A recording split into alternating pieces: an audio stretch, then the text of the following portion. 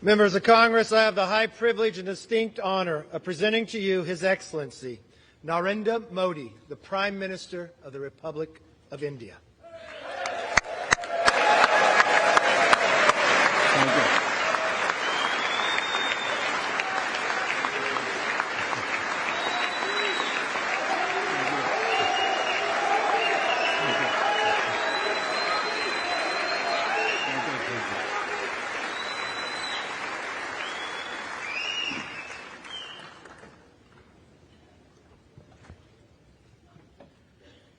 Mr. Speaker,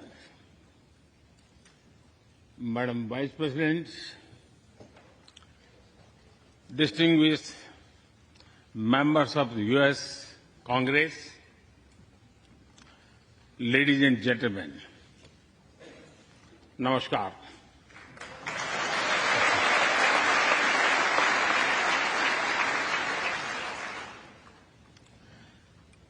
It is always a great honor to address the United States Congress.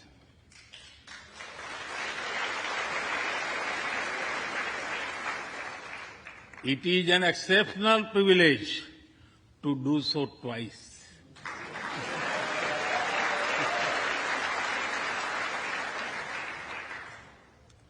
For this honor, I extend my deepest gratitude on behalf of the 1.4 billion people of India.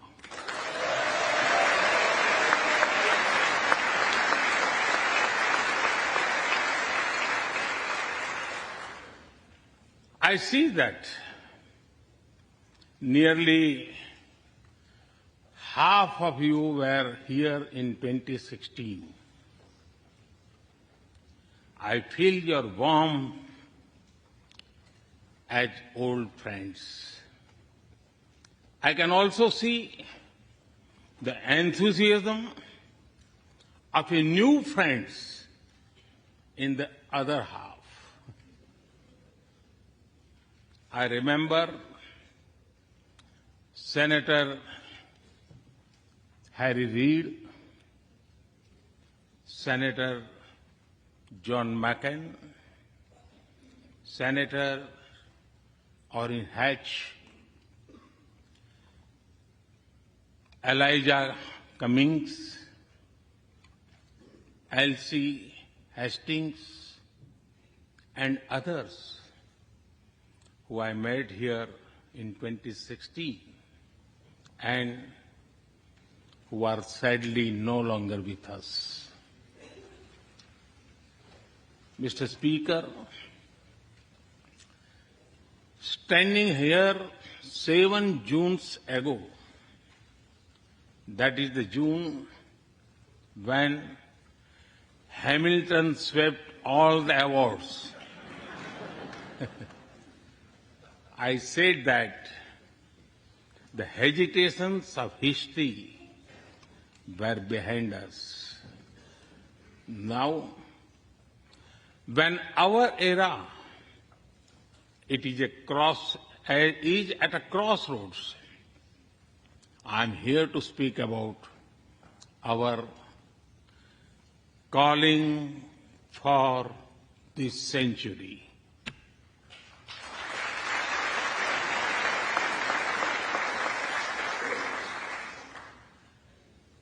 Through the long and widening road that we have traveled, we have made the test of friendship. A lot has changed since I came here 7 summers ago. But a lot has remained the same, like our commitment to deepen the friendship between India and the United States.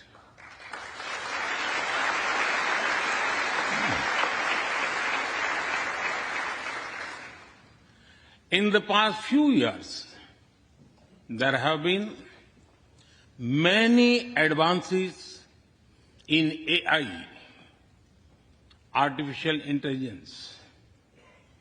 At the same time, there have been even more momentous development in another AI, America and India.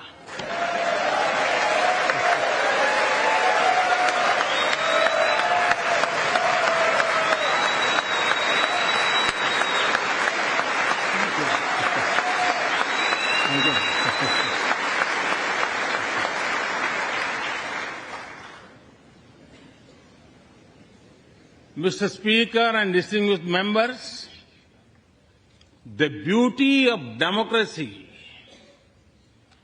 is the constant connect with the people, to listen to them and feel their pulse. And I know this takes a lot of time, energy, effort, and travel. It is a Thursday afternoon, a fly-out day for some of you. So I'm grateful for your time. I also know how busy you have been this last month. Being a citizen of a vibrant democracy, myself, I can admit one thing, Mr. Speaker, you have a tough job.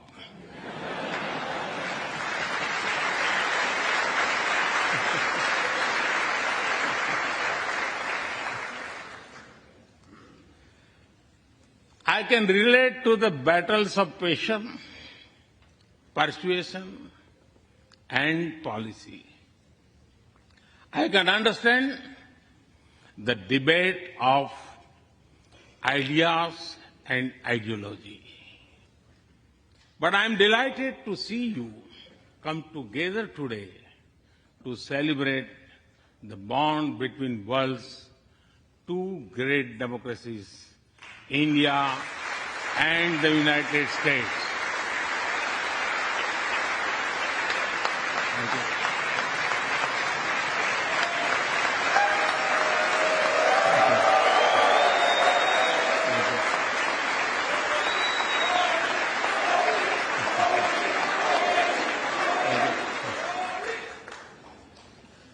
I'm happy to help out.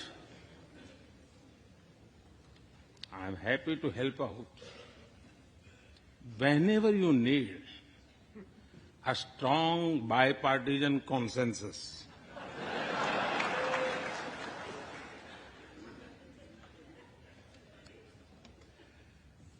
There will be and there must be a contest of ideas at home. But we must also come together as one when we speak for our nation.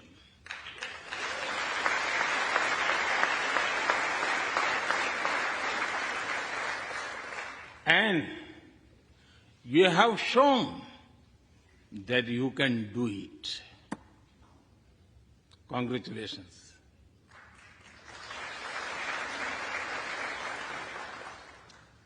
Mr. Speaker,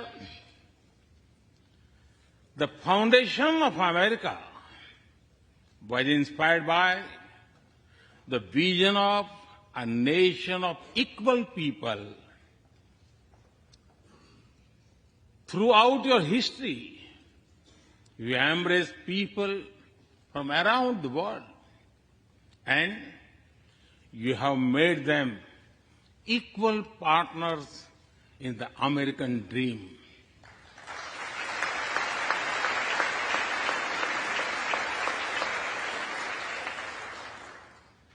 There are millions here who have roots in India. Some of them sit proudly in this chamber.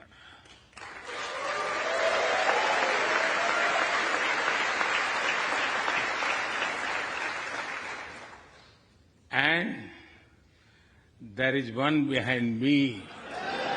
who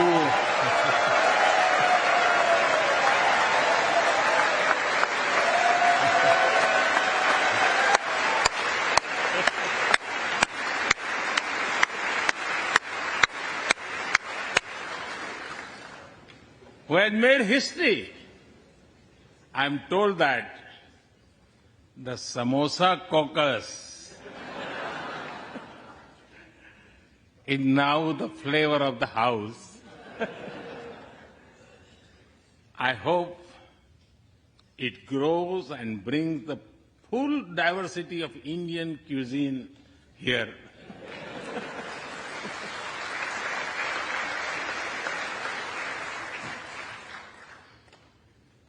Over 2 centuries, we have inspired each other through the lives of great Americans and Indians. We pay tribute to Mahatma Gandhi and Martin Luther King Jr.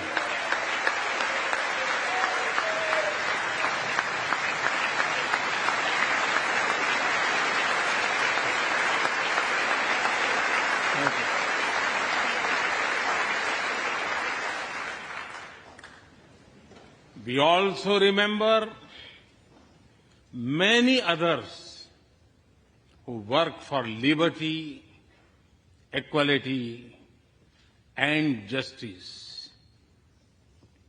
Today, I also wish to pay heartfelt tribute to one of them, Congressman John Lewis.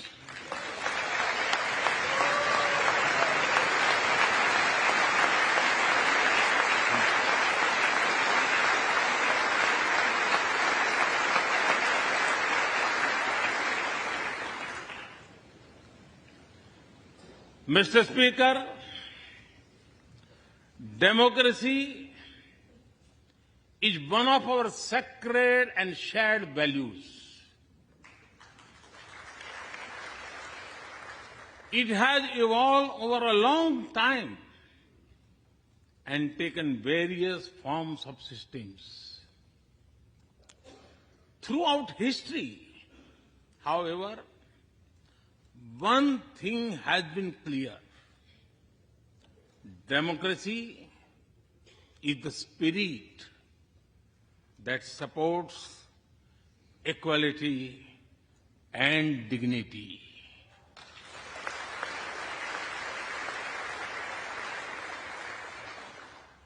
Democracy is the idea that welcomes debate and discourse. Democracy is the culture that gives wings to thought and expression. India is blessed to have such values from times immemorial. In the evolution of the democratic spirit, India is the mother of democracy.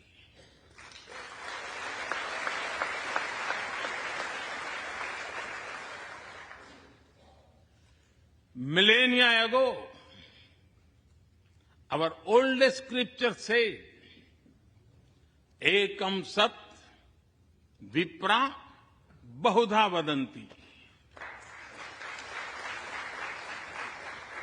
It means that truth is one, but the wise express it in a different ways. Now, the US is the oldest and India the largest democracy. Our partnership augurs well for the future of democracy.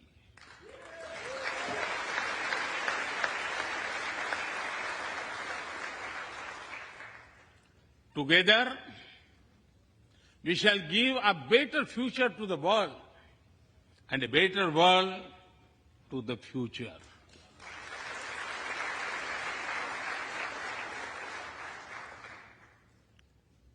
Mr. Speaker, last year, India celebrated 75 years of its independence. Every milestone is important, but this one was a special. We celebrated a remarkable journey of over 75 years of freedom after 1,000 years of foreign rule in one form or another. This was not just a celebration of democracy, but also of diversity. Not just of constitution, but also of its spirit of a social empowerment. Not just of our competitiveness and cooperative federalism, but also of our essential unity and integrity.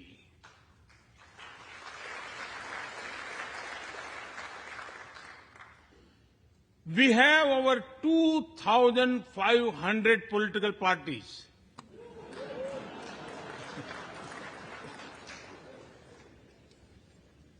Yes, you heard that right. 2,500. About 20 different parties govern various states of India.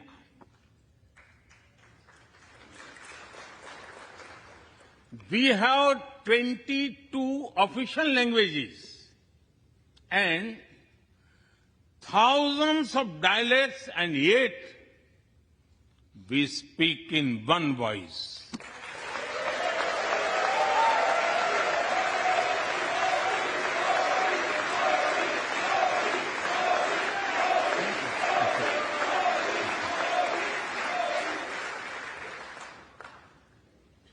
Every 100 miles, our cuisine changes. From dosa to aloo paratha, and from Srikhand to Sandesh. We enjoy all of this. We are home to all faiths in the world, and we celebrate all of them.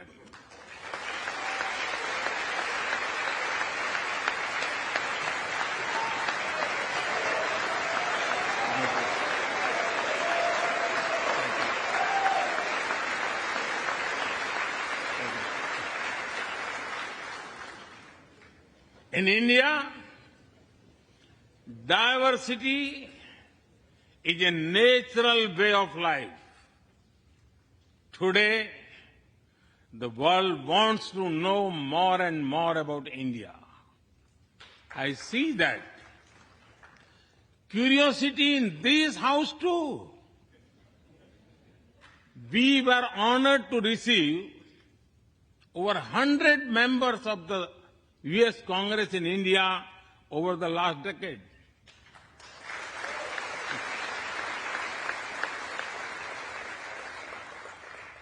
Everyone wants to understand India's development, democracy, and diversity.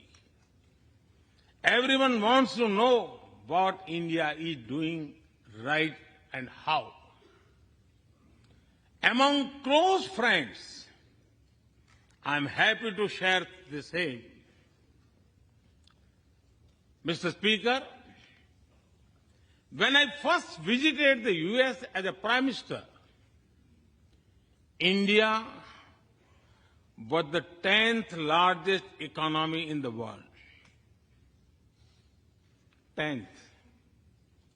Today, India is the 5th largest economy.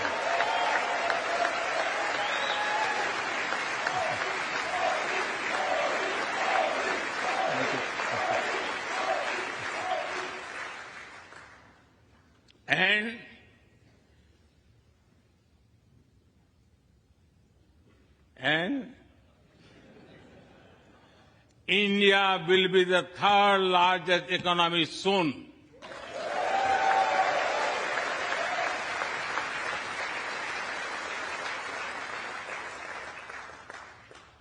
We are not only growing bigger,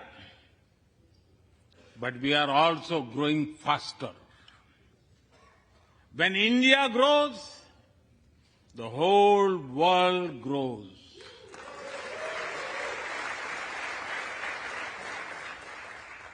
After all, we are 1/6 of the world's population. In the last century, when India won its freedom, it inspired many other countries to free themselves from colonial rule.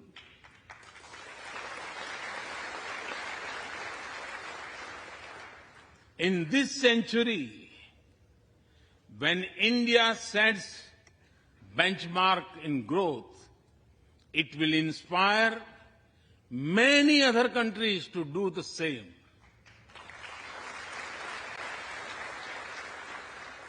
Our vision is सबका साथ, सबका विकास, सबका विश्वास, सबका प्रयास.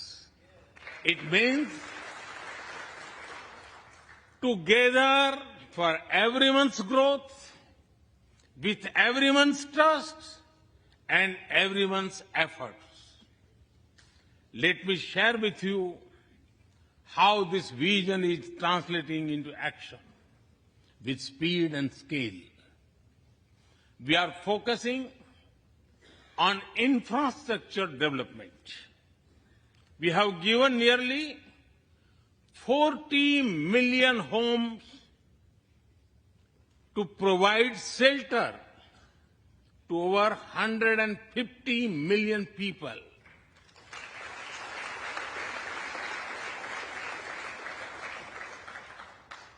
That is nearly 6 times the population of Australia.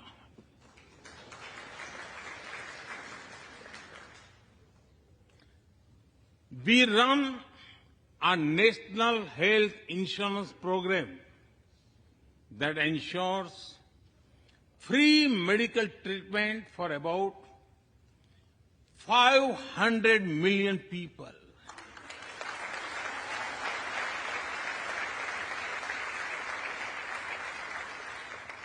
$500 million people, that is greater than the population of South America. We took banking to the unbanked with the world's largest financial inclusion drive. Nearly 500 million people benefited. This is close to the population of North America. We have worked on building digital India. Today, there are more than 850 million smartphones and internet users in the country.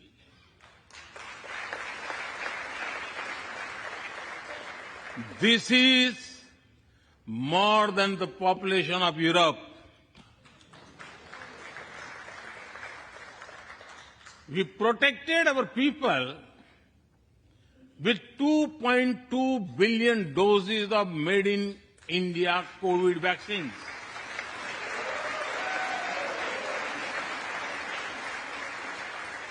And that too free cost.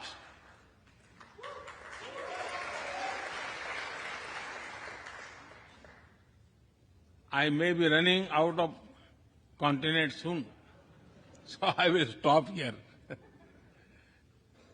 Distinguished members, the Vedas are one of the world's oldest scriptures. They are a great treasure of humanity composed thousands of years ago. Back then, women sages composed many verses in these Vedas. And today, in modern India, women are leading us to a better future.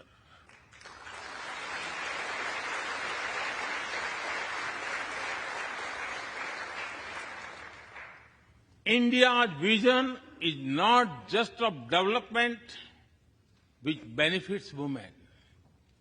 It is of women-led development where women lead the journey of progress.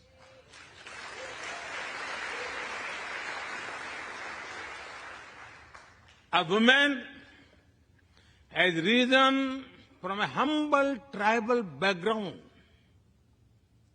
to be our head of states.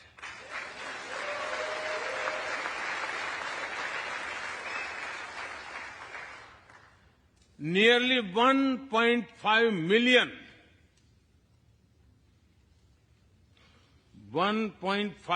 million elected women lead us at various levels.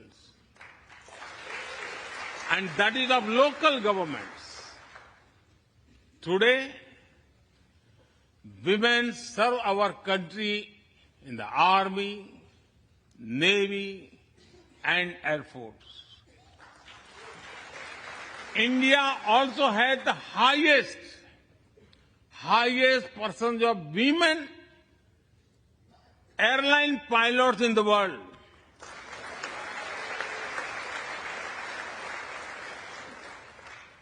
And they have also put us on Mars by leading our Mars mission.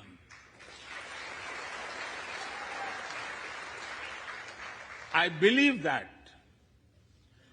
investigating in a girl child lifts up the entire family. Empowering women transforms the nation.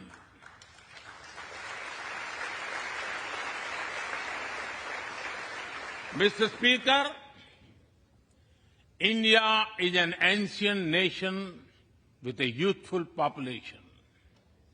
India is known for its traditions, but the younger generation is also making a hub of technology, be it creative reels on Insta or real-time payments. Coding or quantum computing, machine learning or mobile apps, fintech or data science, the youth of India are a great example of how a society can embrace latest technology. In India, technology is not about innovation, but also about inclusion. Today, digital performance are empowering the rights and dignity of people while protecting privacy. In the last 9 years, over 1 billion people got a unique digital biometric identity connected with their bank accounts and mobile phones. This digital public infrastructure helps us reach citizens within seconds with financial assistance. 850 million people receive direct benefit financial transfers into their accounts. 3 times a year, over 100 million farmers receive assistance in their bank accounts at the click of a button. The value of such transfer has crossed $320 billion.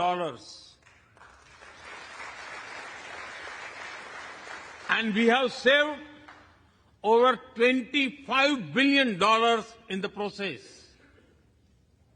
If you visit India, you will see everyone is using phones for payments, including street vendors.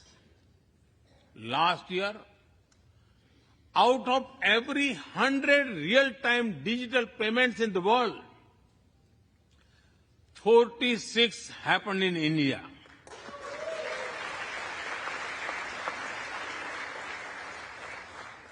nearly 400,000 miles of optical fiber cables and cheap data have ushered in a revolution of opportunities. Farmers check weather updates. The elderly get social security payments. Students access scholarships. Doctors deliver telemedicine. Fishermen check fishing grounds, and small businesses get loans with just a tap on their phones. Mr. Speaker, a spirit of democracy, inclusion, and sustainability defines us. It also shapes our outlook to the world. India grows while being responsible about our planet. We believe, Mata Bhumihi Putro Aham Prithviya. This means the earth is our mother and we are her children. Indian culture deeply respects the environment and our planet.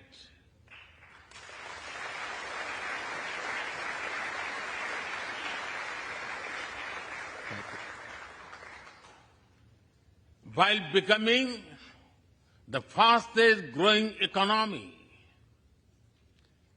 we grew our solar capacity by 2,300%. Yes, you have heard right. 2,300%.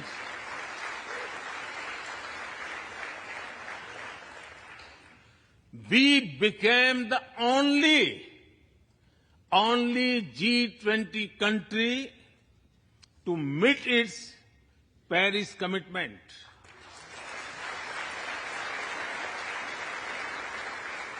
We made renewables account for over 40% of our energy sources, 9 years ahead of the target of 2030. But we did not stop there. At the Glasgow summit, I proposed Mission Life, lifestyle for environment. This is a way to make sustainability a true people's movement. To leave it to be the job of governments alone. By being mindful in making choices, every individual can make a positive impact. Making sustainability a mass movement, we help the world reach the net zero target faster. Our vision is pro-planet progress. Our vision is pro-planet prosperity. Our vision is pro-planet people.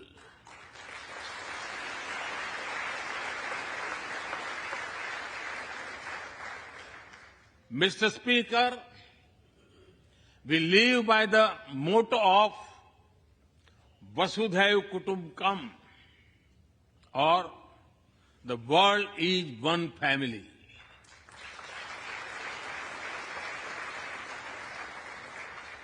Our engagement with the world is for everyone's benefit. The one sun, one world, one grid seek to join us. All is connecting the world with clean energy.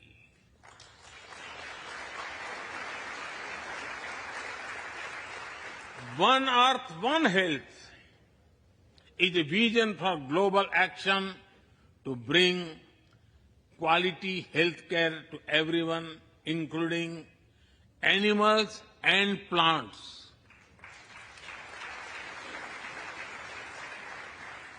The same spirit is also seen in the theme when we chair the G20, One Earth, One Family, One Future.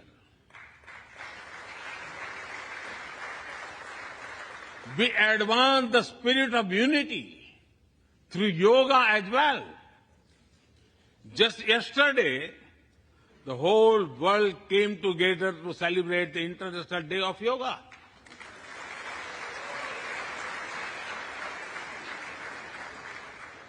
Just last week, all nations joined our proposal at the UN to build a memorial wall to honor the peacekeepers. And this year, the whole world is celebrating the International Year of Millets to promote sustainable agriculture and nutrition alike. During COVID, we delivered vaccines and medicines to over 150 countries. We reach out to others, being disasters as first responders, as we do for our own. We share our modest resources with those who need them the most. We build capabilities, not dependencies.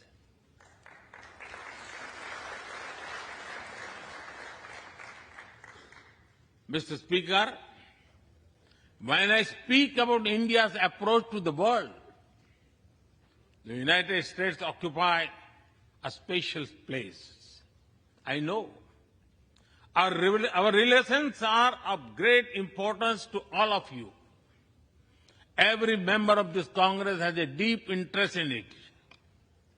When defense and aerospace in India grow, industries in the state of Washington, Arizona, Georgia, Alabama, South Carolina, and Pennsylvania thrive.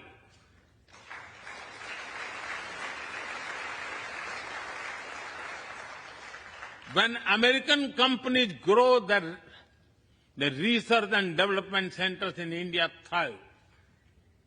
When Indians fly more, a single order for aircrafts creates more than 1 million jobs in 44 states in America.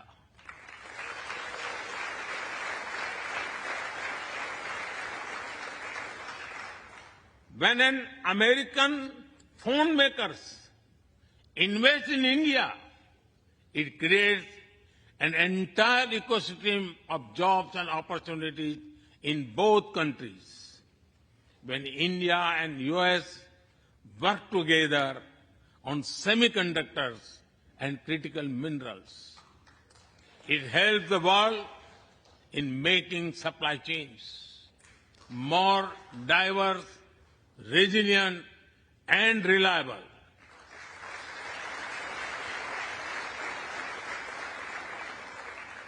Indeed, Mr. Speaker, we were strangers in defense cooperation at the turn of the century. Now, the United States has become one of our most important defense partners.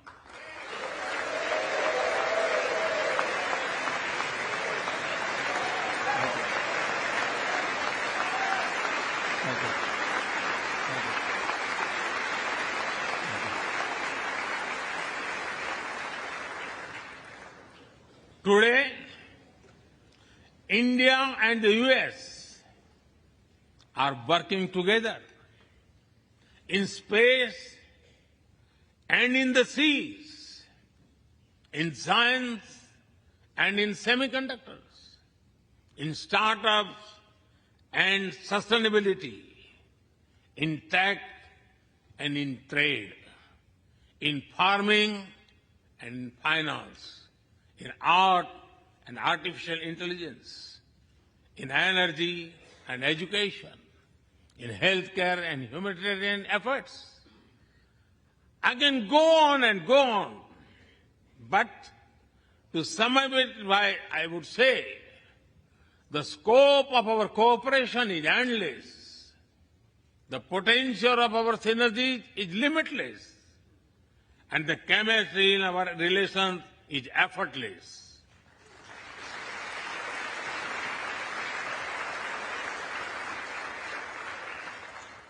In all this, Indian Americans have played a big role.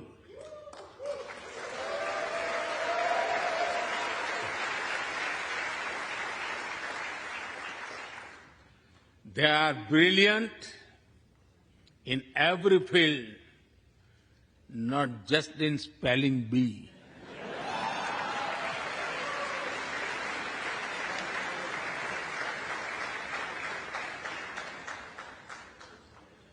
With their hearts and minds, talent and skills, and the love for America and India, they have connected us.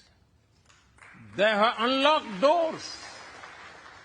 They have shown the potential of our partnership.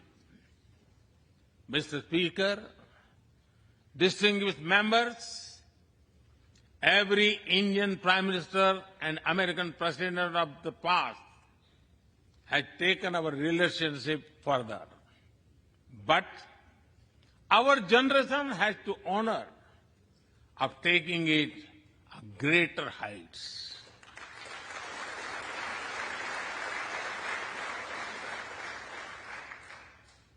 I agree with President Biden that this is a defining partnership of this country, because it serves a larger purpose: democracy, demography, and destiny give us the purpose. One consequence of globalization has been to cover over concentration of supply chains. We will work together to diversify, decentralize, and democratize supply chains.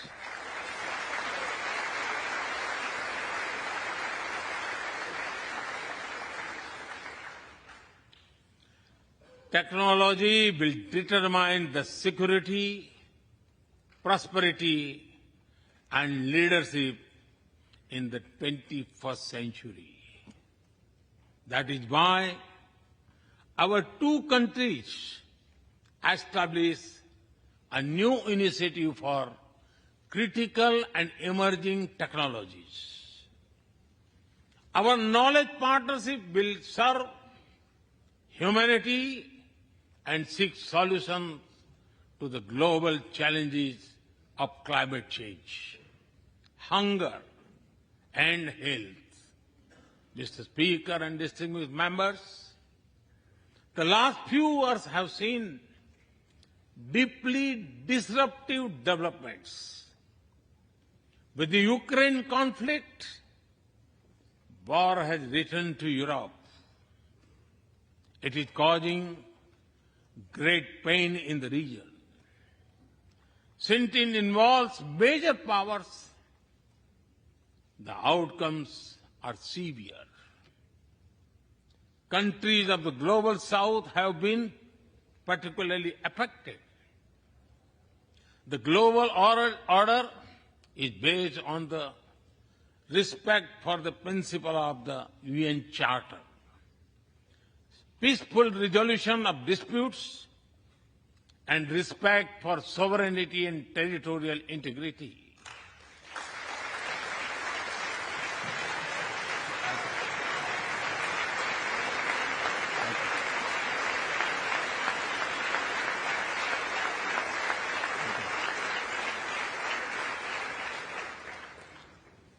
As I have said directly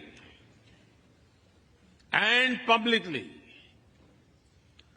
this is not an era of war.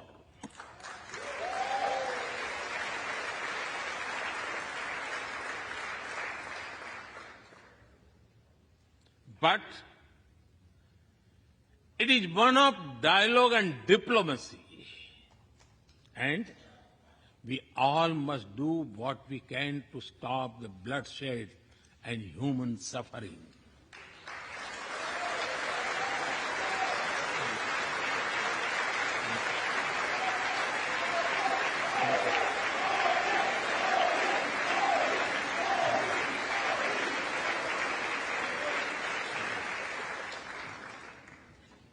Mr. Speaker, the dark clouds of coercion and confrontation are casting their shadow in the Indo-Pacific. The stability of the region has become one of the central concerns of our partnership. We share a vision of a free, open, and inclusive Indo-Pacific.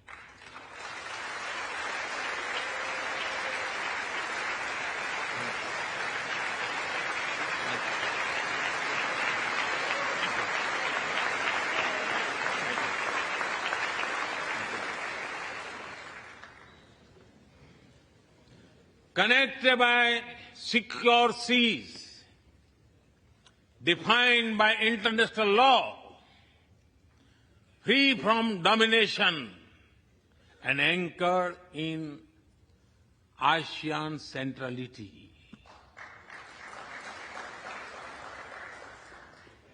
A region where all nations, small and large, are free and fearless in their choices, where progress is not suffocated by an impossible burdens of debt.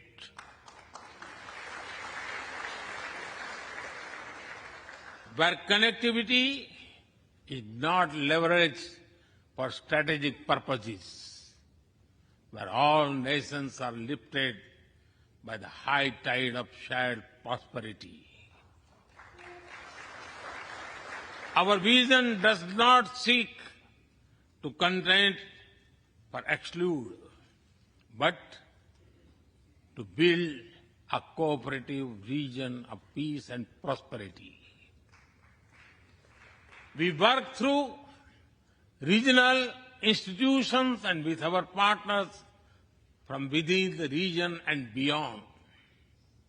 Of this, Quad has emerged as a major force of good for the region.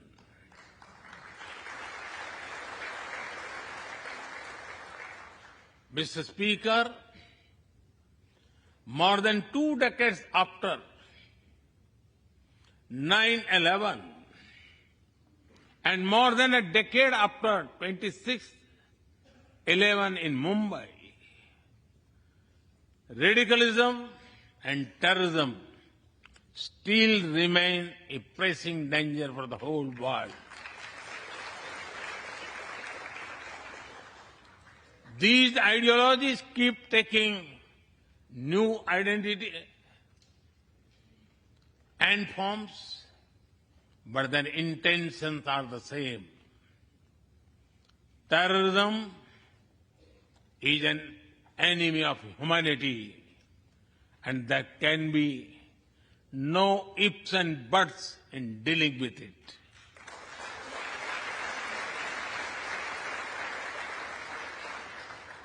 We must overcome all such forces sponsoring and exporting terror.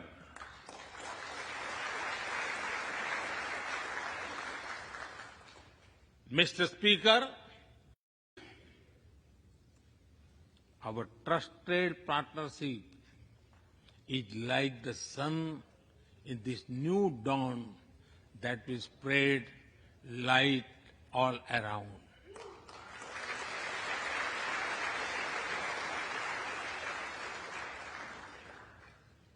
I'm reminded of a poem that I once wrote. आसमान में सिर उठाकर, आसमान में सिर उठाकर, घने बादलों को चीरकर, रोशनी का संकल्प ले, अभी तो सूरज उगा है।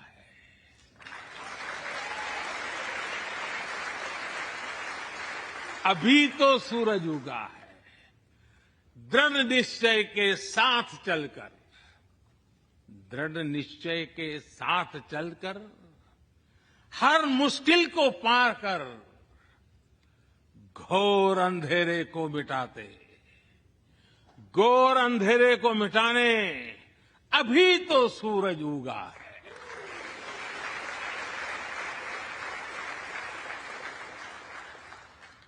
If I were to say it in English, it would be rising its head in the skies, piercing through the dense clouds with the promise of light. The sun had just risen, armed with a deep resolve, overcoming all the odds to dispel the forces of darkness. The sun had just risen.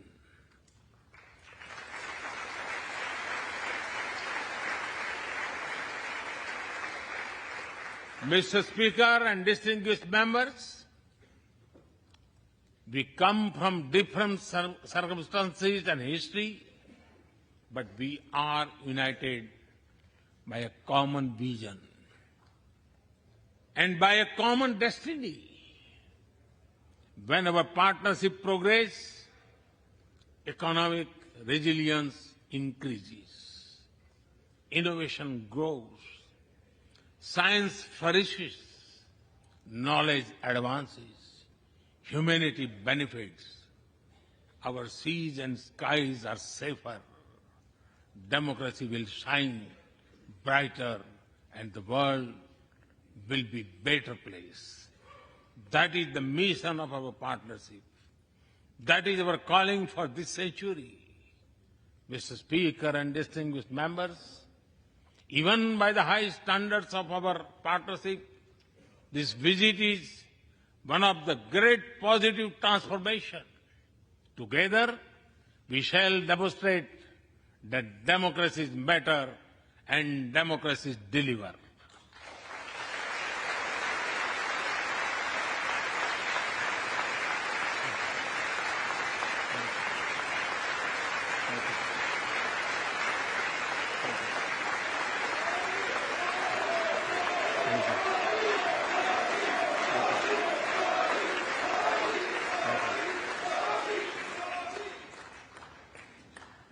I count on your continued support to the India-US partnership. When I was here in 2016, I said that our relationship is primed for a momentous future. That future is today.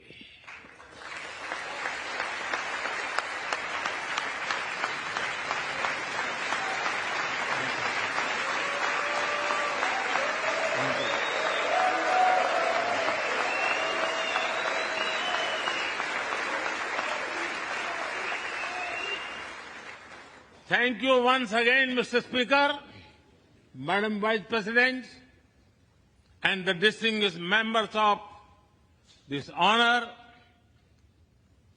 God bless America. Jai Hind.